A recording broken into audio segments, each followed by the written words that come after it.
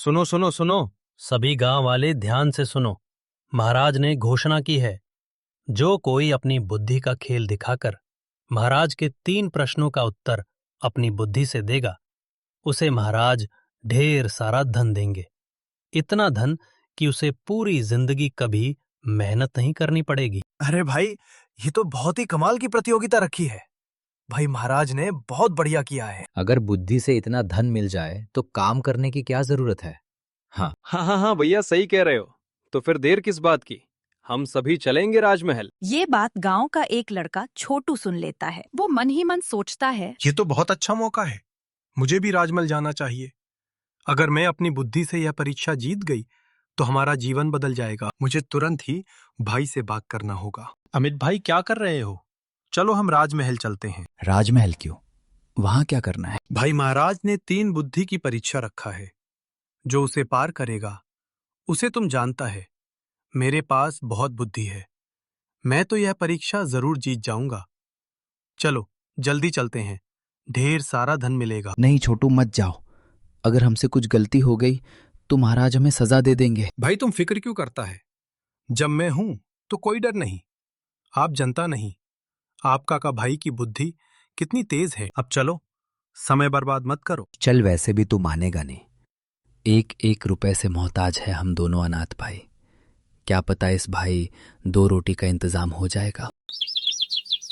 दोनों भाई राजमहल की ओर निकल पड़ता है। अच्छा, तो तुम सब आ ही गए।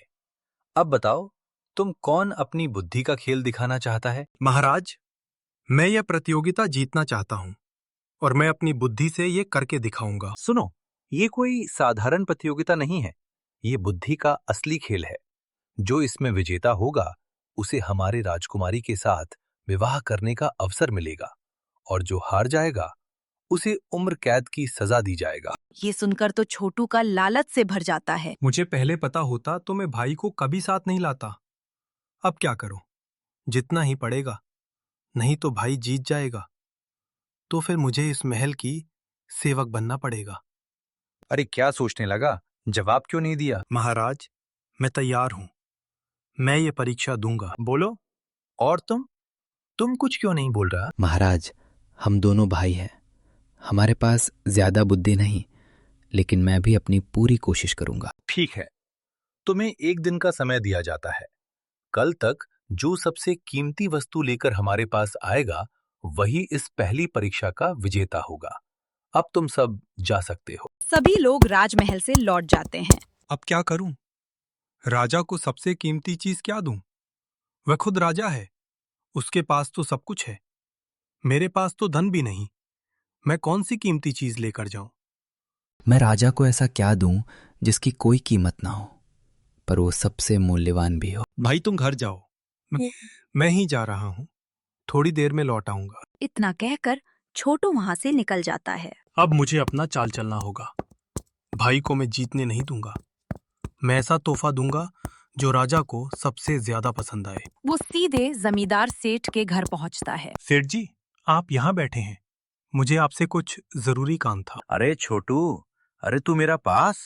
अरे इतने दिनों से मैं तुझे बुला रहा हूं पर तू कभी नहीं आई।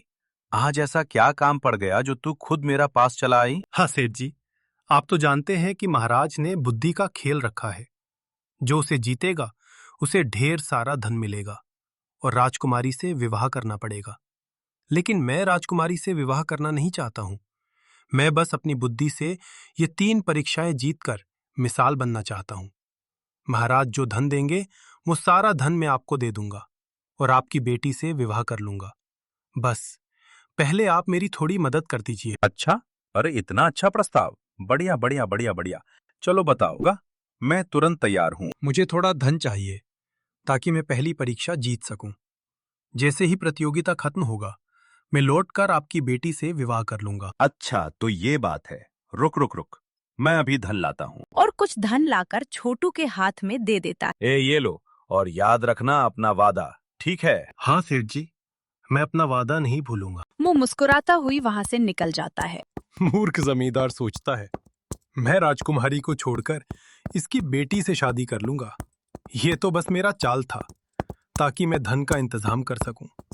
मेरा बुद्धि तो सच में कमाल का है। हे भगवान, मैं क्या करूं? मुझे कुछ समझ नहीं आ रहा कि मैं महाराज को क्या भेज दूं। उनके पास तो सब कुछ है, फिर मैं उन्हें क्या दूं? तभी एक बुजुर्ग गांव वाला वहां आता है। बेटा तू बहुत परेशान लग रहा है। क्या हुआ बेटा, क्या हुआ? बाबा, मुझे समझ नहीं आ रहा मैं महाराज को क्या दूं। उनके पास हर कीमती चीज पहले से ही है। देख बेटा, राजा को धन की नहीं दिल की चीज चाहिए। कुछ ऐसा दे जो राजा के पास ना हो, पर जो उसके दिल को छू जाए। इतना कहकर वो वहां से चला जाता है। ऐसा तो सिर्फ एक ही चीज है, तो बताओ तुम दोनों मेरे लिए क्या लाया है? महाराज, ये देखिए, मैंने आपके लिए बहुत सारा धन इकट्ठा किया है। आप खुश हो जाइए, बस यही मेरा इच्छा। यह तो बहुत सारा धन है।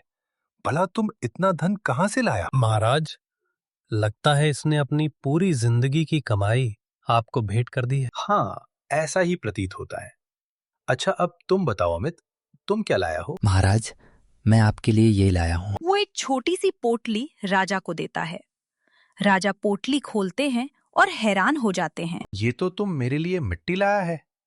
अरे, तुम्हारी इतनी हिम्मत कि राजा को मिट्टी भेंट करो। महाराज, हम सब इसी मिट्टी से जन्म लेते हैं और इसी मिट्टी में समा जाते हैं। इसी मिट्टी से हमारा अनुगता है, जिससे हम जीते हैं। इस मिट्टी की कोई कीमत नहीं, पर यही सबसे मूल्यवान है। मेरा नजर में इससे बड़ा तोहफा कोई नहीं हो सकता। चुप रहो, ये मिट्टी राजा की शान का अपमान है। तुम ये प्रतियोगिता हार गया। अपनी भाई से कुछ सीखो, जिसने सच्चा तोहफा दिया है। महाराज, छोटू को विजेता घोषित किया जाए। हम पहल परीक्षा की विजेता छोटू है। हाँ, मेरा पहला कदम कामयाब हुआ। भाई को हरा दिया। अब बस 2 और परीक्षाएं जीतना है। ठीक है, अब दूसरा परीक्षा होगा।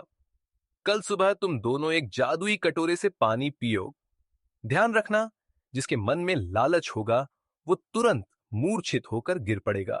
ओहो, तो यह जादुई कटोरा है। मुझे कुछ करना होगा। इसका असर खत्म करना पड़ेगा। मुझे तांत्रिक बाबा के पास जाना होगा। रात में छोटू घर से निकलता है और घने जंगल में पहुंचता है।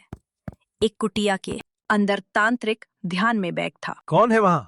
सामने आओ। तांत्रिक महाराज, मेरा बात सुन लीजिए। मैं बहुत दुखा में है। मेरा जिंदगी में कभी खुशी नहीं रहा। कृपा करके मेरा मदद कर दीजिए। आप जो कहेंगा मैं वो करूंगा। तू कौन है और तुझे क्या चाहिए? और तू मुझे क्या दे सकता है? अगर मैं राजा की प्रतियोगिता जीत गया तो मैं इस राज्य का राजा बन जाऊंगा और फिर आपको मैं मंत्री बना दूंगा। बस एक मदद कर दीजिए, वो जादुई कटोरी का असर खत्म कर दीजिए। जब मैं पानी पीऊं तो कुछ ना हो, और जब मेरा भाई पिए तो उसका असर हो जाए। अच्छा सौदा है। ठीक है, तो ये लो भभूत, ये ले जाओ। कटोरे से पानी पिए तो इसमें थोड़ा भभूत मिला लेना। तुझे कुछ नहीं होगा, पर जो बिना इसे डाले पिएगा उस पर असर होगा। इस तांत्रिक को भी बेवकूफ बना दिया। राज्य का लालच देकर काम निकलवा लिया। सच में मेरा बुद्धि बेमिसाल है।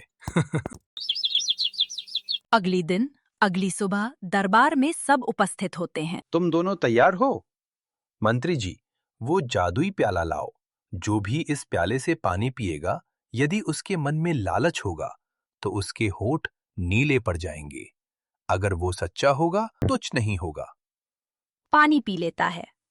उसके होंठ वैसे ही रहते हैं। अद्भुत, छोटू के होठ तो बिल्कुल वैसे ही हैं। यह सच में ईमानदार है। अब अमित प्याला उठाता है और पानी पीता है।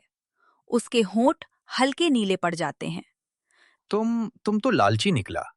तुम्हारे होंठ नीले पड़ गए हैं। नहीं महाराज, मेरा मन में कोई लालच नहीं था।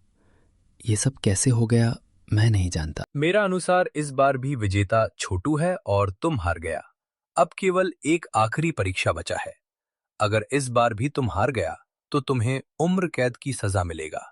ये तुम्हारा आखिरी आशा है अमित। मैं अपना तरफ से पूरा कोशिश करूंगा महाराज। मंत्री जी, जाइए और 2 पोटलियों में धन लेकर आइए और इन दोनों को दे दीजिए। को एक एक पोटली दे देता है। अब मैं देखना चाहता हूं कि तुम दोनों इस धन से क्या काम करता है और कितना नेक काम करता है।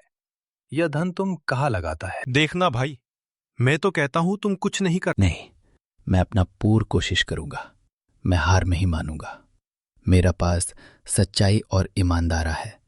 मैं उनसे ही ये प्रतियोगिता जीतने की कोशिश करूंगा। फिर दोनों भाई सो जाता है और आधी रात को छोटू उठकर चुपके से अमित सारे धन को चुरा लेता है। अब तो मेरे पास इतने सारे धन हो गए, मैं ये सारे धन रख लूंगा और गांव वालों को क्या पता चलेगा। मैं नकली सिक्के सब में बांट दूंगा। हाँ, यही ठीक रहेगा।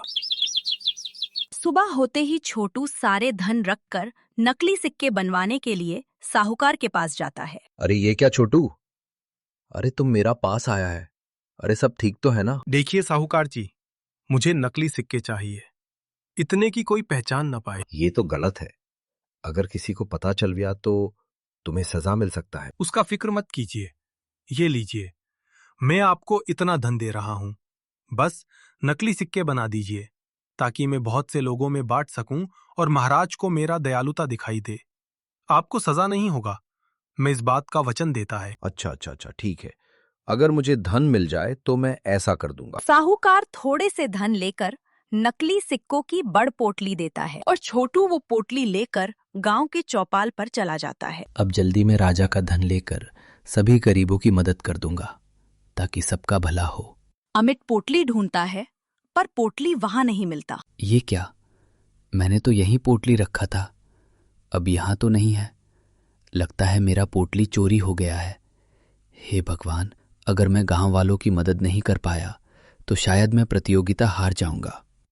नहीं, मुझे किसी भी तरह गांव वालों की मदद करना ही होगा। अमित जमींदार के पास जाता है। सेठ जी, मुझे कोई काम दे दीजिए ताकि मैं धन कमाकर किसी गरीब का भला कर सकूं। अरे तू क्या कर सकता है? अरे तेरा भाई देख कितना चतुर है और तू काम मांग रहा है। मैं मेहनत पर यकीन करता हूं जमींदार साहब, आप मुझे कोई काम दे दीजिए। अच्छा ठीक है, हमारे खेत में कुड़ना है, फिर मैं तुम्हें कुछ पैसे दे दूंगा। मैं करने को तैयार है।